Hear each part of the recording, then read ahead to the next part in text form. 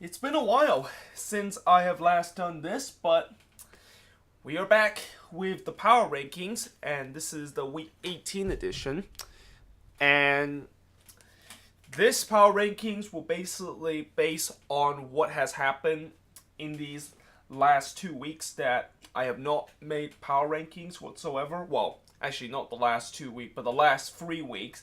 So, since the last power rankings, every single team have played at least 2 games. So that is kind of like what I'm kind of based on in terms of this power rankings and also in terms of their overall form.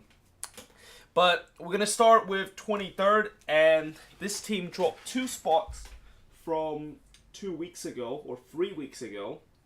And that, of course, is Orlando City. So with Colorado finally started to win 2 straight games, and the fact that Orlando City continues to lose game, they are now becoming the team that is in the bottom of my power rankings. I mean, they've lost 7 straight coming into this, and hopefully with them finally firing Jason Christ and brought in James O'Connor as their new manager will probably change their fortune a little bit in terms of how this season has gone, because it has not been good whatsoever. I mean, Orlando City is slipping down the table so rapidly that they are actually getting very close to DC United, who are dead last in the Eastern Conference. But yeah, in 22nd place, and speaking of which, that's where DC belongs. So, for DC, it's been kind of a rough last 2 weeks for them. I mean, they were leading in that game against Toronto FC. They were leading 3-0 in that game against TFC. And then they basically blew that lead and draw 4-4 in that game. And they also lost their previous game, which I forgot who exactly they lost to. But they did lose that one. And now they are back in 22nd. And that they are one of those teams, are currently the worst team in the league right now. And in 21st place, this team lost 8 spots from last week or 3 weeks ago, is Vancouver, who are back in this same spot that they were a couple of weeks ago when they had this really kind of bad form. But the reason why they lost so much spot in these last 3 weeks is because they play Philly and they play against Colorado, and they lose both of them. The 2 games that you would think that Vancouver would finally get something from those teams, and the fact that they were riding a 6-game unbeaten streak against these 2 teams, and that they lose both of them like that, I mean, that was not good. And they got absolutely embarrassed on the road against Philly, and then just lose to Colorado at home. I mean, yes, Colorado finally ended their long, miserable losing streak against Minnesota the previous week, but there's just no excuse that you cannot beat Colorado, especially at home. And especially, it's the same Colorado team that have only won once in like 29 games on the road. Yeah, how can you not beat Colorado when they are actually on the road? I mean, everybody, whenever they play against the Rapids, are able to get 3 points, and Vancouver inexplicably do not get any points against them. But in 20th place, and this team, despite the fact that they are still winless in a long stretch, they've been winless since May, I'm going to move the Quakes up 2 spots because we are also in sort of an unbeaten run right now. We are actually now 3 games unbeaten. And sure, those 3 games all ended in draw. And sure, you could argue that one of those draw, we kind of got lucky. The RSL one, that was the one that I think we kind of got lucky. And the one against the Revs, you could argue that we probably could have maybe get something out of it. And then the same you could say with the Cali Clasico on Saturday. But at least now we are stop losing games, and at least we are kind of taking some baby step and try to at least trying to make this season kind of not just a complete waste, and the fact that at least we're showing some sort of promising, and that maybe if this kind of promise that they've been showing and that how they got 3 straight game without losing a game, maybe in these next couple of games they might finally kind of break out and get a kind of a winning streak, and maybe now we can probably challenge for the playoffs. Okay, I think that's a little bit too optimistic. I mean, as a Quakes fan, you never want to be optimistic about this team. Like, it's really hard to be a optimism and really have some hope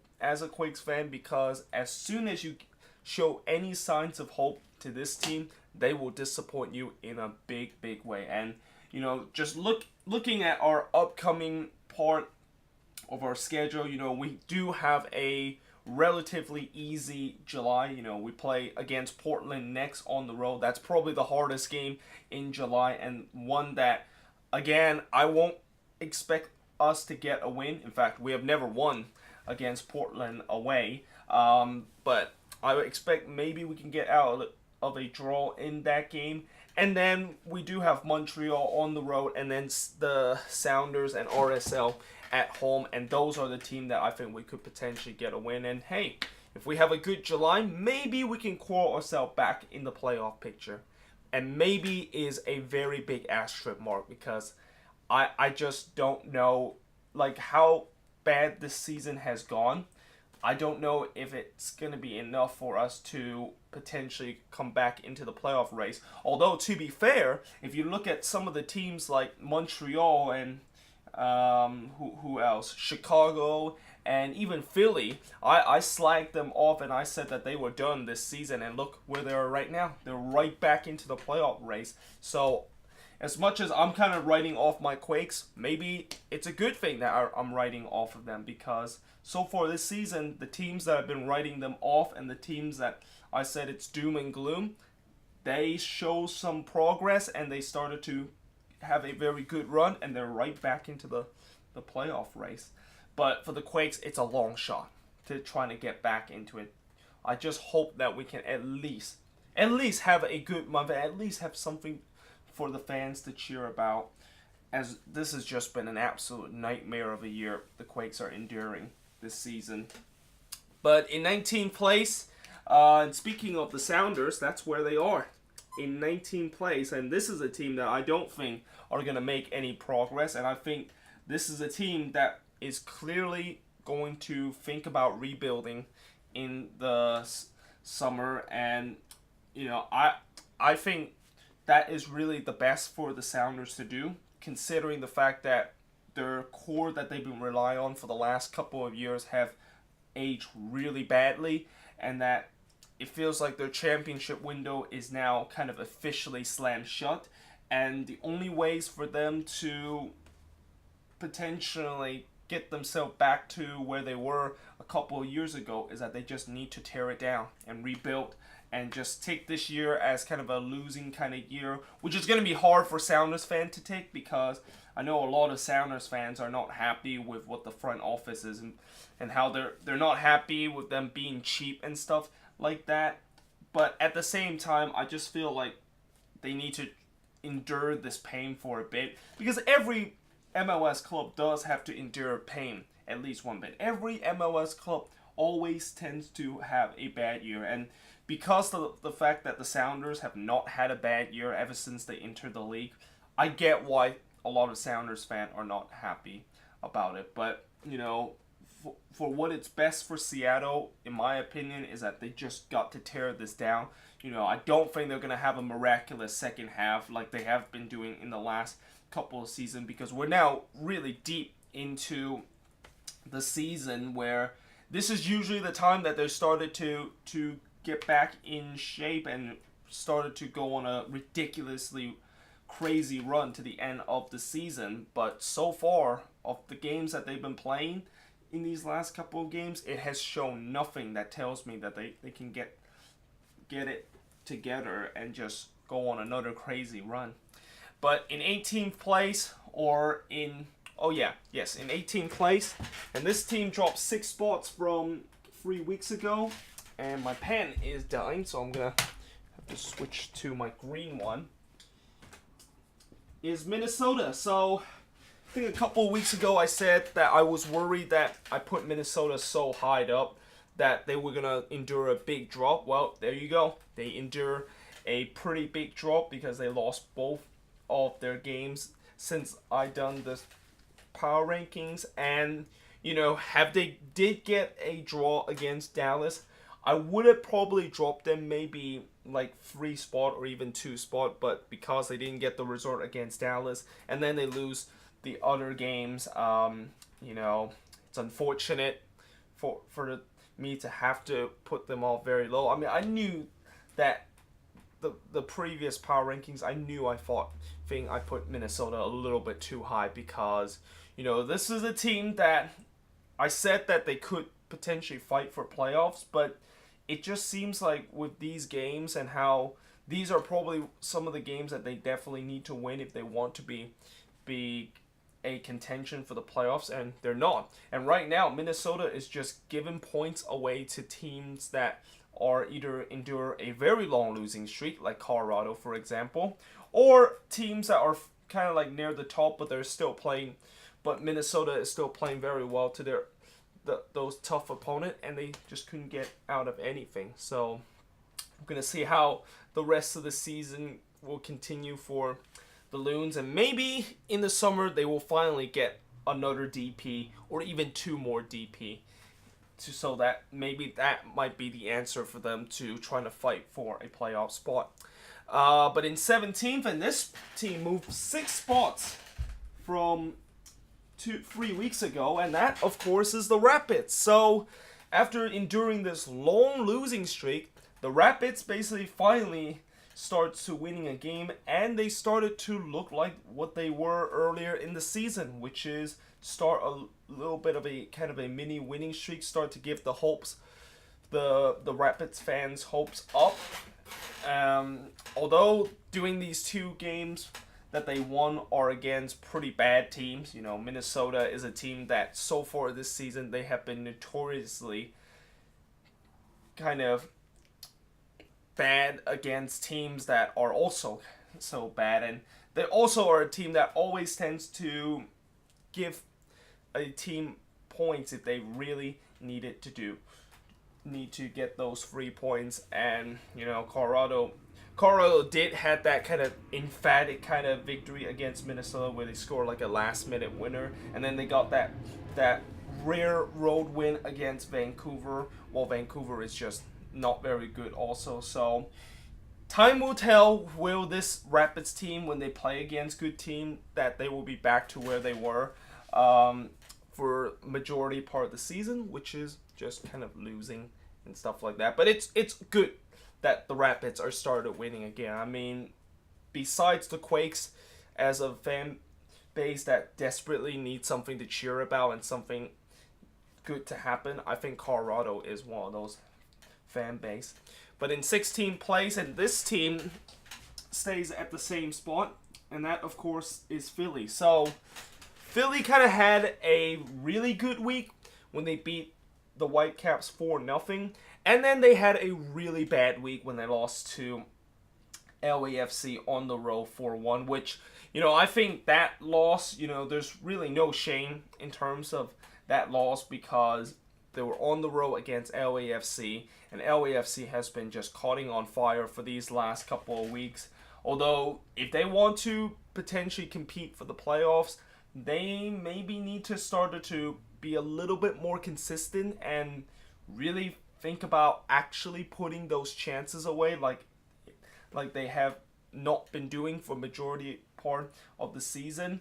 And if they can do that, I think Philly could potentially make the playoffs, because I really think this Philly team does have talent on their disposal. As much as I said earlier in the season that, this Philly team is a mess from top to bottom, now it looked like they have kind of stabilized a little bit. It looked like that inexperienced back line is started to get it together. The midfield has looked decent at time and at time kind of struggle, but at least they have show some signs of good in that spot, and then going forward, if they can just put those chances away, then Philly can be a real deal, and that they could definitely make the playoffs. But as of now, they just got to try to forget about that game against LAFC and try to come back stronger in their next game. But in 15th place, and this team stays the same spot, and that, of course, is RSL. And, again, for RSL, I think it's pretty clear that whenever they go on the road, you might as well just give them an automatic L because they just cannot win on the road whatsoever. And this week they find that out when they play against the Columbus Crew. But in many ways, that draw against the Quakes is definitely very damaging to them because you're playing against a Quakes team that have not a lot of confidence, and yet you still draw against them, and that you tend to do very well at home. And I'm thinking that RSL is going to be probably using that home field advantage as the only way to get themselves in the playoffs because, since they do so bad on the road, they're going to have to heavily rely on that home kind of form, and that so far their home form has been just tremendously good, and that if they can continue that kind of home form and also kind of get some of their guys back healthy, this is something that I haven't mentioned a lot, but RSL technically has a lot of injury that they're kind of dealing with, so maybe that is kind of the reason why RSL is kind of struggling a little bit. But then again, I think in the summer, if they can finally sign a decent number 9 and finally just stop this experiment of just putting fake number 9s and putting guys like Corey Baird and also Luis Silva up there as their main man, because it's pretty clear that both of those guys are not really good enough to be playing in that number 9 spot, then I think RSL can definitely compete in the Western Conference. But in 14th place, and this team stays at the same spot, and that, of course, is Houston. So Houston did not play this week, but they did lose to Sporting KC on the road in a game that they had a 2-0 lead. But like it has been for majority part of the season on the road for the Dynamos, they blew that lead too, and they end up losing that game. And yeah, I mean, if you're a Dynamo fan, that has to be infuriating seeing your team blow another lead. Like this season, I don't know if there's any other team in the league that have blown the most lead and have give up the most point literally in the last 10 minutes of the game. That is the Houston Dynamo. And if you think about the fact that they can not blow those lead and actually finish a game without dropping points, this team could have been probably in the playoff spot. I mean, I think right now Houston is currently 8th or 9th in the Western Conference, and it just feels like if they do not make the playoffs this season, which there is a chance that they won't make it, they will always look back to all those points that they drop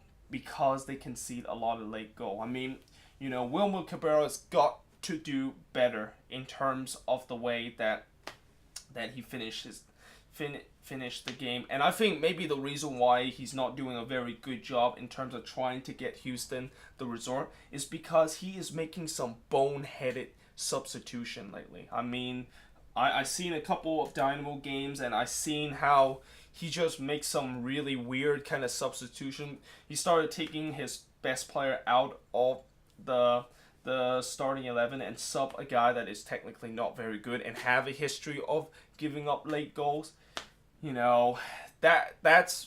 It must be very infuriating if you're a Houston fan. And as long as if they don't clean up that mistake, that I think Houston is not going to make the playoffs. Like, they cannot keep blowing these lead and expect themselves to be one of those 6 teams that's going to make the playoffs in the Western Conference. And in 13th place, it is going to be TFC. So I'm really started to think about putting TFC now much lower than what I expected. Like, I'm putting TFC right above the top 15 and right in the upper part of the power rankings because I'm keep giving them the benefit of the doubt that they will eventually figure it out and eventually they will make this kind of good comeback in the second half of the season to get above the red line. But as we get further into the season, they just continues to lose games. And yes, they are in a very tough stretch. They did lose the NYCFC and the Red Bulls, so they lost the two Red Bulls team last week. But still, they should have probably won that game against DC United, although, that was a game that I don't know how they went down 3-0 against the worst team in the Eastern Conference. And I just think that as long as this TFC team doesn't figure it out, and as long as, I know that this team has a lot of injury, but for a team that in the past couple of seasons that has always known to have incredible depth, it's definitely not showing this year. Like their depth that they've been very good for the last couple of seasons has really just completely fall off the map this season. And that when guy does get injured for this team, it's pretty clear that they are going to be doom and gloom. Whereas in the past, that was not the case. If their main guy get injured, they'll just replace another guy that is also very decent, and TFC will just continue to win. And it also doesn't help the fact that Javinko is still taking penalties for this team. I mean, seriously, why are you keep putting Javinko as the penalty kick taker? I mean, he has missed like 2 of his last 7 penalties. That is an absolute horrendous kind of penalty conversion, and you're still putting him there. It makes no sense whatsoever. So they have to figure out the penalty kick taker situation soon. But yeah, moving on into 12th place, and this team moved up 5 spots, and I think this week they officially, for the first time this season, moved up above the red line, and that is Chicago, who, like I said many times, I've been making fun of Chicago in terms of them not being in the playoff position, but guess what? They are now in the playoff position. Well, I can't making fun of them because they're being very inconsistent, but they have now been unbeaten in the last 5, and that NYCFC game, which they won, was very, very impressive. And speaking of another team that has been in just some crazy form in these last couple of weeks, Montreal is up to 11, and they are the biggest mover in this week with 9 spots that they have moved up from my power rankings 3 weeks ago. And the reason why I moved them up that high is because they won 3 in a row. I mean, this is a team that has somehow, in some way, find themselves just 2 points away from the red line, and that a couple of weeks ago I said that it was over for Montreal, that this is going to be just a lost season for them, and that they were in just big crisis where the manager were calling out his players and throwing his player under the bus. Everything was just, it was a full-on crisis for Montreal, and yet somehow they won 3 in a row, and they are now closer to the playoff spot than they were pretty much throughout this whole season. I mean, it's just incredible how a team that can start a good kind of winning streak, and all that it takes for them to start a good winning streak, and now they're back into the playoff picture. And Montreal, when they beat Sporting KC, I just could not believe it. Like, I cannot believe, like, doing this 3-game winning streak, they beat Orlando City twice. And Orlando City, I put them in the bottom of the power rankings. But they beat Sporting KC in the next game, which that was a game that I definitely did not expect them to win. Seeing what Sporting KC has done throughout this season, I just have, like, I definitely did not expect that to happen. I definitely did not expect Montreal to continue this kind of good form. And if this is the case for them, if they continue this good kind of mini winning streak that they have, they will no doubt find themselves above the red line. And it's incredible that they are at that position. Consider the mess that they were in a month ago. But Montreal, of course, move up into 11. And in 10th place, this team stays up in the same spot as last week. And that, of course, is the Galaxy. So the Galaxy, well, they had a couple of opportunities in these last two games to potentially get themselves back into the playoff picture. And they were kind of like in a bit of a good form in these last couple of games. But unfortunately, their defense just completely shit the bed in that Cali Clasico. And that they gave away 2 silly penalties. And even the almighty god of Zlatan could not save that team from potentially not winning in the Cali Clasico. So certainly Galaxy fans are going to be very frustrated about that. But if they can finally clean up that defense, and that if the Galaxy can finally maybe get into sort of a consistent form. I've been hearing a lot of Galaxy fan that have commented in my video saying that this team is being very inconsistent. And in some way, I do agree. In some way, the Galaxy have kind of looked inconsistent at time. And I just think that if they can finally get that consistent form in, and if they can finally figure out how to actually win a game at home. I mean, I cannot believe I'm actually saying that. But if they can actually figure out how to win at home and continue that good form that they are on the road, then yeah, I think the Galaxy can definitely move up in the playoff spot. Although, to be fair, as a Quakes fan, that would be something that I definitely do not want to see. But in 9th place, and this team moved up 2 spots from last week. And that, of course, is New England, who has been in the spot for a while now. They've been kind of like right around the 7, 8, 9, 10, 11, 12 spot. They're always around this kind of spot because they just keep on winning. They keep on getting results. And they keep on staying above that red line. And I think with the way that they're going right now, I just don't see how they can potentially fall out of that red line.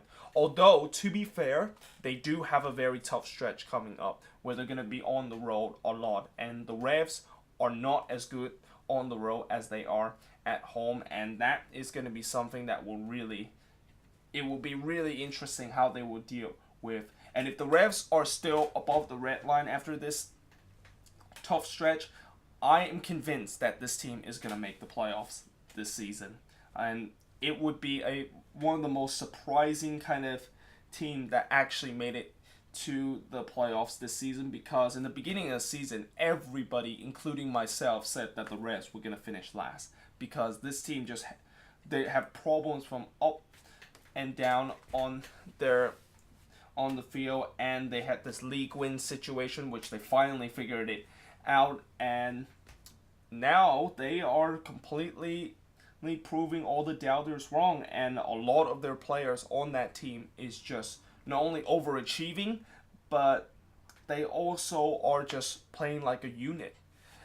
But in 8th place, and this team dropped down 1 spot from last week, and that of course is NYCFC. So despite the fact that NYCFC did win against TFC, they did lose the Chicago Fire. And that is where that 1 spot drop comes from. I mean, yes, they were on the road against the Chicago Fire, but it was a game that you would think that they could definitely win.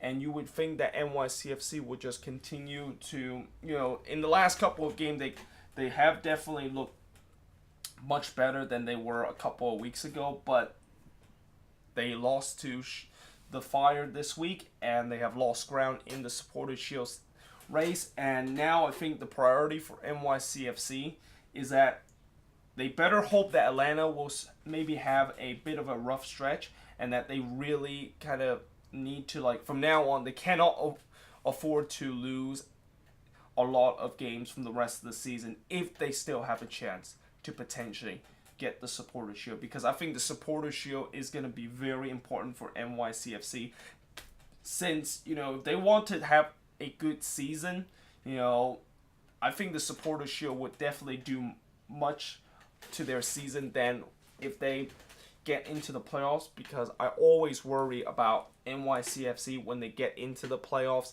They have just completely faltered, and it's been the case the last couple of seasons when they made it to the playoffs, and with all those hope that they can go deep, they completely just crash out in the first round. But in 7th place, and this team dropped 4 spots from last week, or 3 weeks ago. I gotta stop saying last week because I didn't do a power rankings last week. And that, of course, is Sporting KC, who dropped 4 spots from 3 weeks ago. And really, I don't really need to explain that much why they lost that many spots, because I already explained it with what happened with Montreal. I mean, inexplicably, I don't know how in the world did this team lose. Although, to be fair, in the previous game against Houston, they were pretty fortunate that they got something out of, and even got all 3 points out of that game, because that game, it looked like they were going to lose. And Sporting KC, these last 2 games has been very kind of shaky, and FC Dallas is just... They have their binoculars on, and they can see Sporting KC get larger and larger in their binoculars, and knowing that it's a matter of time before FC Dallas would finally overtake Sporting KC and get that sole first place spot on their own. But in 6th place, and speaking of FC Dallas, that's where they are. So Dallas, of course, they did win against Minnesota, but it wasn't a very convincing win. And then the previous week, when they played against the Red Bulls, they lost that one, and that was a big loss for them, because I think for Dallas, they've been so good against teams that are like near the top of the table or in the playoff spot in the last couple of weeks, that I thought maybe when they play against the Red Bulls, they will actually show something in that game. And they were also up a man in that game, and yet they conceded 3 goals in that game, even though they had a man advantage, and they also had a man sent off in that one. So it just, I don't know what happened to Dallas in that game, but that was probably if it wasn't for the Minnesota win, Dallas would have probably be even in 8th place now, because it has not been good for Dallas in these last couple of games. But now moving on into the top 5, and this team lost 2 spots from 3 weeks ago, and that, of course, is Columbus. So Columbus, they had a really bad run, and that bad run kind of shown in this power rankings. Although they did get a win against RSL, they did kind of stop that bleeding against them. And knowing how this season has gone for the Crew, whenever they get a win, I think this might be the beginning of another unbeaten streak for them, because this is a team that when they win a lot for the next couple of games. But if they lose, they're going to lose a lot in the next couple of games too. So I have a feeling that Columbus could potentially start a winning streak again and get themselves back up in the power rankings. And in 4th place, this team moved up 2 spots. And that, of course, is Portland, who continues to move up in the power rankings. And this team continues to creep up in the standings. And I think they're currently 4th in the Western Conference. And they could have been maybe in 3rd or 2nd if LAFC is not just red hot right now. But they are getting closer to 2nd and 1st. And certainly the Western Conference, in terms of the top 4, is started to get a little bit tight, because of the teams in the top 2 in the Western Conference are started to losing game, and the team below them are started to win games. So Portland, of course, they're in 4th place. And in 3rd place, speaking of LAFC, yeah, this team is definitely hot right now. And the fact that now that they're still in 3rd place, and that they are still haven't got their best player. Imagine if they get their best player back from the World Cup, and how will this LAFC team will be. And I'll give you a hint. They are going to be very good, and they could potentially get the top spot this year, and probably might be the best expansion side that we ever had in MLS, because it's an incredible run that LAFC is on right now, despite the fact they did not have a lot of their best player in. But in 2nd place, It's going to be the Red Bulls, who is another team that is also on an incredible run. They kind of got lucky in that game against Toronto, but they continued to win. And the Red Bulls, I think, if I look in the standings, if you count the points per game standings, I think the Red Bulls have a little bit kind of more points than what Atlanta has. And speaking of Atlanta, I might as well just put them at top, because that's kind of like where they've been belonging for a majority part of this season after NYCFC started to kind of falter a little bit. But the Red Bulls, I think they technically have a better points per game ratio than Atlanta. So despite the fact that Atlanta is leading the Supporters Shield standing, the Red Bulls look like they could be leading that standings in these next couple of games if they can win those game in hand that they have against Atlanta. But either way, that is pretty much it for my power rankings. Let me know in the comments below, what do you think of this power rankings? Did I rate your team a little bit too low, or did I rate your team a little bit too high in the power rankings? Let me know in the comments below. And yeah, hope you guys enjoyed this video. If you do, make sure you guys leave a like, smash that subscribe button, and yeah, I will see you guys next time.